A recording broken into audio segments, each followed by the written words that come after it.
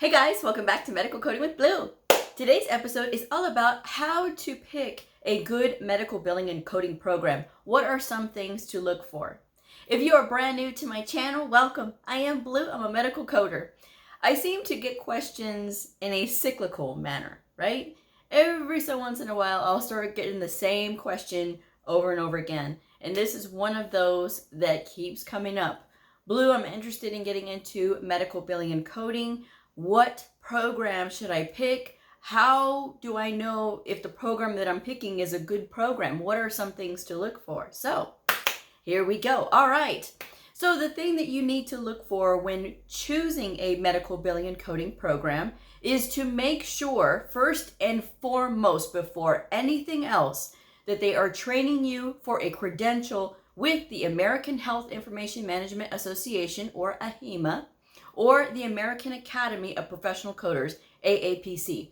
This is first and foremost on your list. If they are not training you for one of these, you do not want this program. No matter how much they're trying to sell it to you, no matter how cheap they say that this program is compared to other programs, and you'll be on your way to a brand new career, guys, it is a business. These for-profit schools, they are a business, right? They want your money. So they're going to sell you, and basically they're going to sell you a pitch. And so if you are willing to take the pitch and sign up for the school, they're going to give you exactly what you are signing up for. So if they are not training you for AHIMA or AAPC credentials, you do not want this program.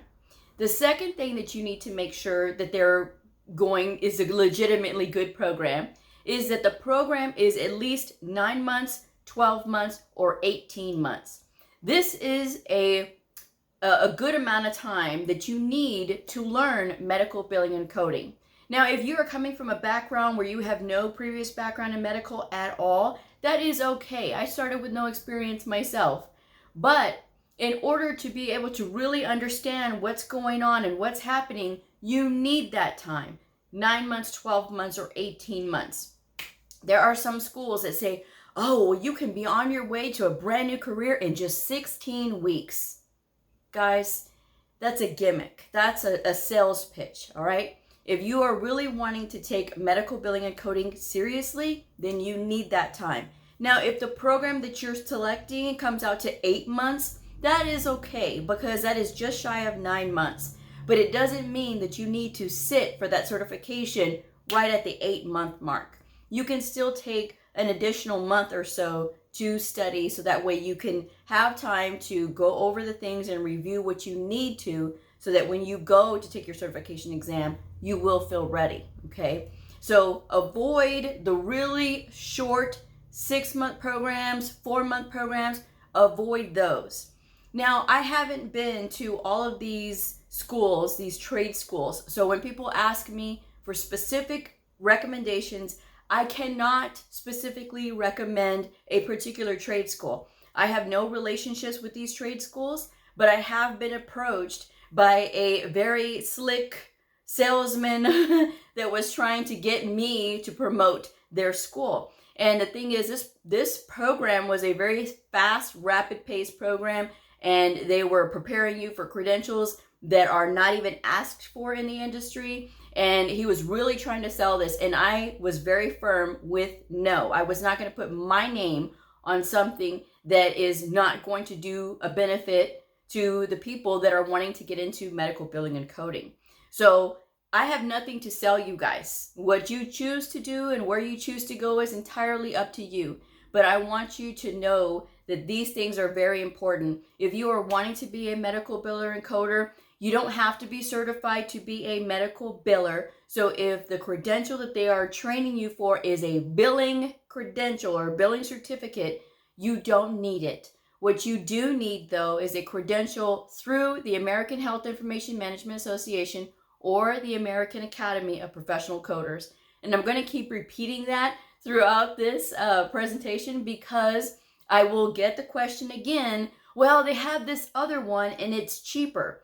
Well, if they have something else and it is cheaper, it doesn't mean that when you're out looking for a job that you're going to get a job right away with something that employers are not looking for. So again, if you are wanting to take this seriously, you will go with AHIMA or AAPC training programs that are preparing you for those programs. Now, the other thing that you need to look at is how much hands-on instruction are you going to get? Some people will go through a local community college. Some people will go online. And they'll say, okay, well, we have instructor-led for this many weeks and whatever. The thing is, with instructor-led, it really all depends on the individual themselves. Some instructors are really engaging. They want their students to learn, so they're teaching them those critical thinking skills. They're teaching them to think as they read, as they absorb this information. They're doing it that way so that the person learns, right? But there are others that are there as instructors, and they're basically proctoring from a book. And so you are essentially learning on your own, again, because they are not really there teaching you. They're just there basically monitoring you to make sure that you are checking the box. And that's pretty much it. So you really have to ask. It is okay to ask the schools all of this information. If you can talk to the instructor, is the instructor certified? Now, believe it or not, there are some schools out there where the instructor is actually not a certified medical coder. And sometimes it's just that they have their degree. Okay, if you have your degree, have you been a hands-on coder? And when was the last time you were hands-on coding? I have heard of instructors who have not been hands-on with coding since before the changeover to ICD-10. So that is very scary when you think of an instructor that's out there that the last time they were in the real world coding was ICD-9 and they haven't done anything for ICD-10. That is probably not a very good instructor to have, because you really do need to have some kind of experience when you're trying to instruct other people how to learn medical coding. Medical coding, it takes time to learn. And again, if you're coming from a background that's not medical, you can learn this. I did, and I had nothing to do with medical beforehand. I have been in this industry since 2008, and I absolutely love what I do. So if you are looking to change your career, change your life, this is one of those fields that people do get into. And they start at all ages and stages of life. So if you are in your late 20s, if you're in your 30s, if you're in your 40s, or even if you are in your 50s, it is still okay to start and, start looking for a program. Now, if you're wanting that hands-on, you need to make sure that you ask, if you're going to a school, how hands-on that instructor is. Because if it's not, if they're just there and they're saying that you're going to be learning from a book, believe them. You are going to be learning from a book. But there are so many places where that is the norm, where you're just sort of reviewing everything on your own. And then sometimes there is somebody there to answer a question or two. But again, it's really all on you. And that is not unusual for this field. That is how I learned. I was literally sat in front of a computer and said, here, learn. And so I did not have any tutoring. All I had was a teacher, instructor, lecturer that would come in, and he would come in maybe once a week or so, and he would be up there like talking about what it's like to be a coder. He didn't really go over scenarios with us, and the guy was a little weird, so that's why I just never really spent too much time in those classes. So again, I was learning all on my own with the flashcards and everything. So that is something that you have to keep in mind. And if you're going to go to college, sometimes the colleges will have medical billing and coding programs, but the college is also the college. So sometimes it's not just medical billing and coding that you're going to learn, but they're going to have you have all these other classes in addition to your medical billing and coding. So really look at what you're getting when you're paying for these things. If you're going out of your own pocket to pay for these schools, then you need to make sure that you're getting your money's worth, okay? If you're going to go through a fast-paced program, let's all be adults here, okay? A fast-paced program, and they say, oh yeah, you'll be able to learn this, and you'll be using an encoder when you get in the real world. So basically, you're just checking all of the doctor's codes and procedure codes, and you're just kind of pushing them on through. That's a lie, because we have to sit there and really comprehend what's going on so that the appropriate codes are selected, because doctors are not meant, providers in general are not meant to be medical coders. They are there to take care of the patients. It is our job to make sure that that information is translated appropriately into codes. We are ethically bound to make sure that we do the right thing, okay? And that is all medical coders. It does not matter which association that you are with. So think about that when you are looking at these programs, okay? But if you are going to go through, if you're insisting on going through one of these fast-paced programs, Blue, this is what I can afford. Okay, if this is what you can afford, and your program is only 6 months, and they're giving you all of this information, and you're thinking, oh yeah, I can do it, and then you get about maybe a month or two in, you're like, whoa, I'm in over my head. Stay with it. Go ahead and finish out the program. Stay with it. Get everything that you can from that program. But know this, you're going to be doing a lot of this stuff on your own. You're going to be learning a lot of it. And this is the plate that you're making for yourself. But it is a challenge. I'm not going to lie to you. Because obviously somebody has lied to you already if they've got you into this fast-paced program and you're not understanding anything. Somebody's already got you on that hook, okay? It's okay. This is what you're going to have to work with now. So get everything that you can from that school. Learn as much as you can.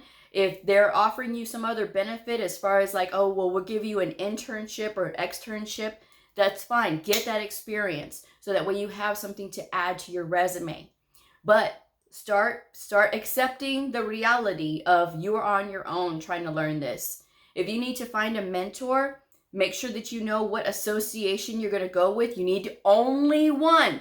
You do not need more than one. Having more than one credential is not going to get you more money. It is not going to get you a job faster. People are not going to notice you quicker, okay, if you have more than one credential.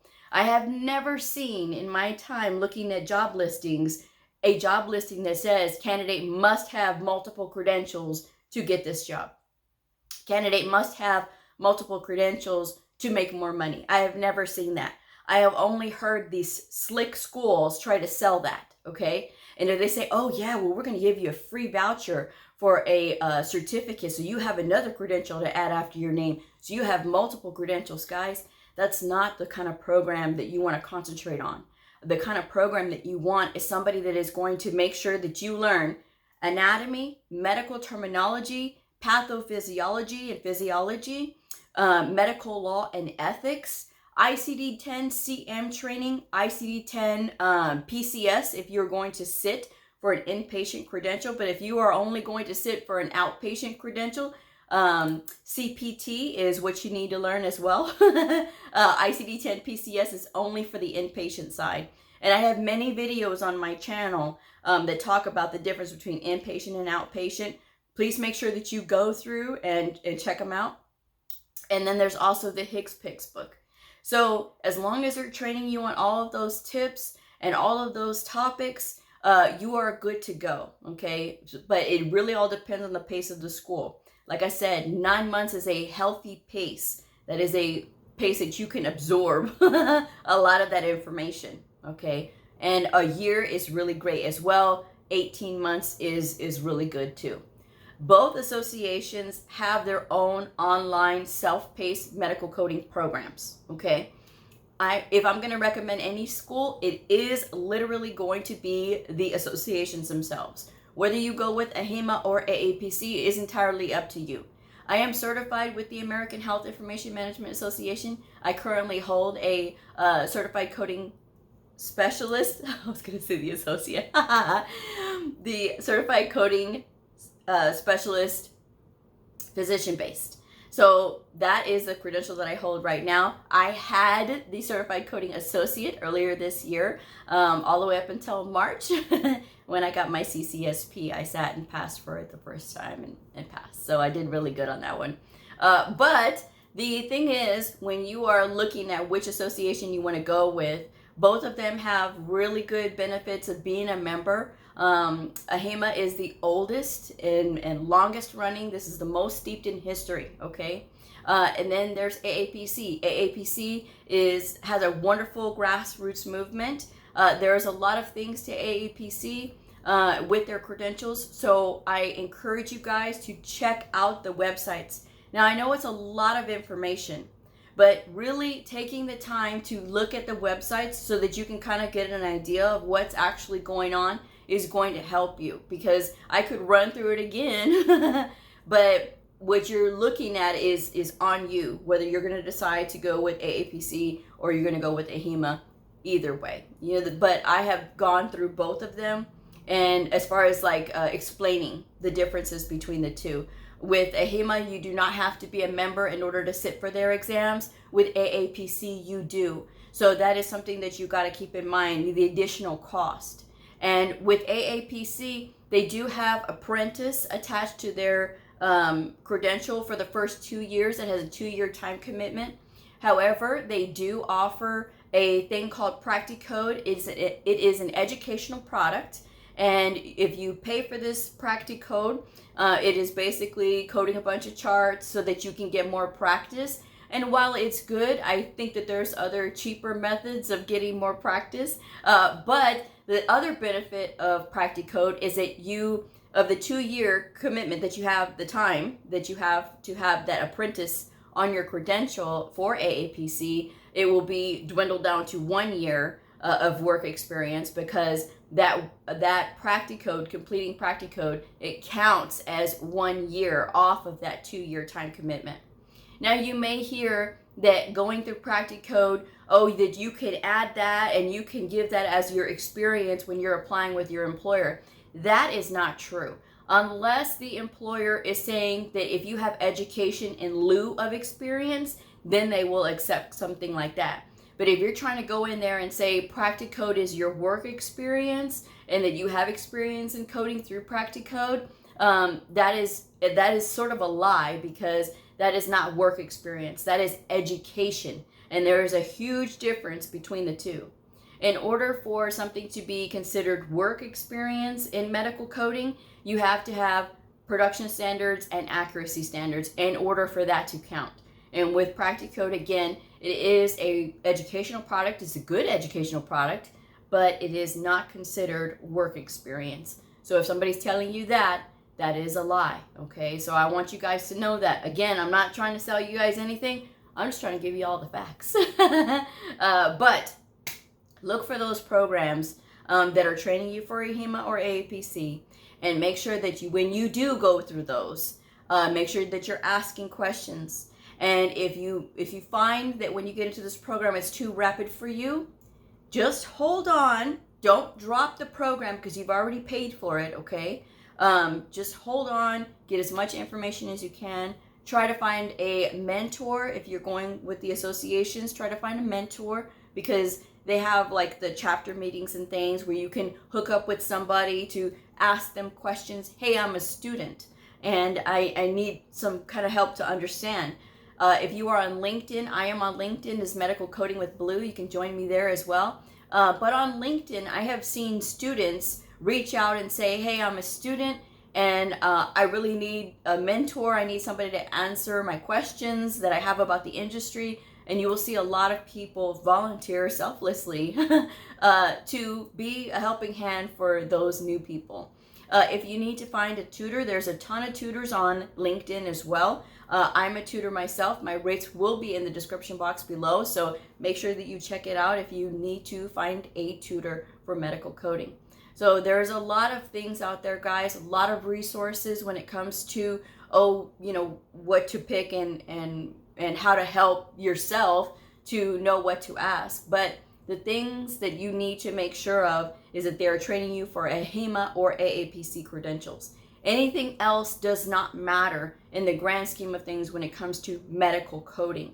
And now if they're trying to sell you a billing certificate, again, you do not have to be certified to be a medical biller. You can look at the job listings for medical billers and you will not see any certifications required for that type of position, because a lot of those medical billers, they're doing a very routine process. So that is basically what they do. They do know some technical things, but the technical training is not the same as with medical coding. With medical coding, it is very technical what we have to know. We have to know the guidelines. We have to know for the diagnosis coding and for evaluation and management, for procedures and everything else. So there's a lot of guidelines that we have to know. It is a lot of information. One of the things that people ask me is, well, English is not my first language. Can I do this? I have seen people who English is not their first language and they flourish very well. But the thing is, they work very hard and their English is superb. I mean, it is really good because we have to understand and we have to read this very complex documentation. So know that it's a lot of reading and it is comprehension. And if you are not strong with reading and comprehension, there is a problem.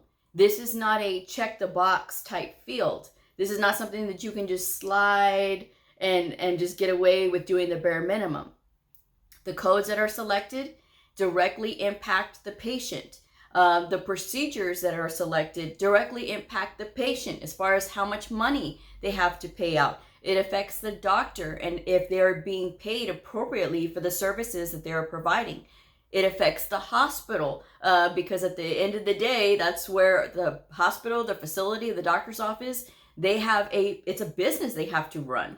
So everybody needs to make sure that we're paying attention at all times to what we're doing when we are medical coding. And it is very serious. We have to know what doctors know while never having gone to medical school.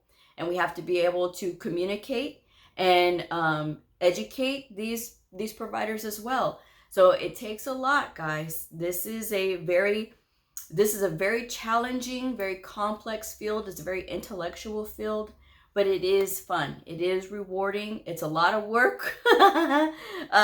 But if you embrace it, you will really surprise yourself at the things that you can learn, at the things that you see on a daily basis.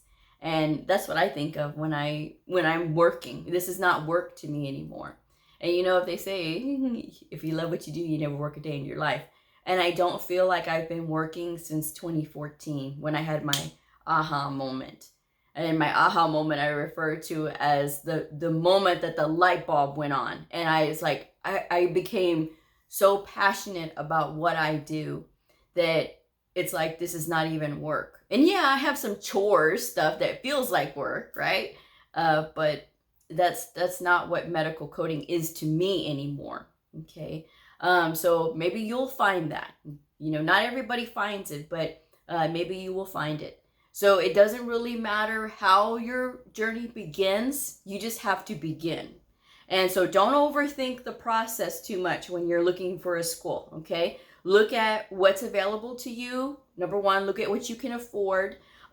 You can also go, if you are unemployed, if you are working in a low wage paying job, there is programs out there that can help you. One of the programs the program that I went through was through the WIOA. Back then it was WIA. Now it is called WIOA and the Workforce Innovation and Opportunity Act. And they were the ones who paid completely for me to go to school. And so this is literally a gift that I was given. And so now it is my turn. And this is what I've been doing because a few years after 2014 was when I decided, hey, I should do this. It was in 2018 I decided to do a YouTube channel. And here I am. 2019 I started taking it seriously. And, you know, I've been doing it ever since. So that is something that if you're out there looking for a school, again, don't overthink it. You know, just look at what you can afford or try to go through a program like the WIOA because there's no sense in putting out all that money. All right. And the programs that are online with the associations themselves, they run, give or take, about $4,000. So that is something that you can think about if you were going to think about it that way. But I've seen programs get really high, like $40,000. And guys, it is a certification program, not a degree program, right? So if you are looking at getting a degree, then obviously that's a different price. But I really think that you should strongly consider, if you are looking at a certification program that is trying to charge you upwards of a lot of money, a car, okay? A very expensive car at that. So really look at the cost, okay? Again, you can go through the associations themselves for about, just a fraction of that cost. So think about that, all right? There's also independent study, okay? That's always going to be an option out there because both associations do allow you to sit for a certification without having gone through a formal program. And I will leave the link for the independent study in the description box of this video. So if you're interested in going on your own, then by all means, I give you the whole syllabus. I was gonna say synopsis, syllabus to do, and give you all the books that are listed there as well. So that is another option for you if you are looking at getting into medical billing and coding. But again, programs that are training you for AHIMA or AAPC is really where you want to go. And then making sure the length of time is appropriate, 9 months, 12 months, or 18 months. 8 months is okay, it's a little fast, but make sure that you are still embracing the fact that you're going to have to study a lot. All right, I'm going to go ahead and wrap this one up. Thank you guys so much for joining me. If you haven't subscribed already, I hope that you do. Hit that like button, hit the notification bell so that you don't miss out on any of my episodes. I have new episodes Monday through Friday at 7:30 p.m. Central Standard Time. All right, I will see y'all on the next episode. Bye.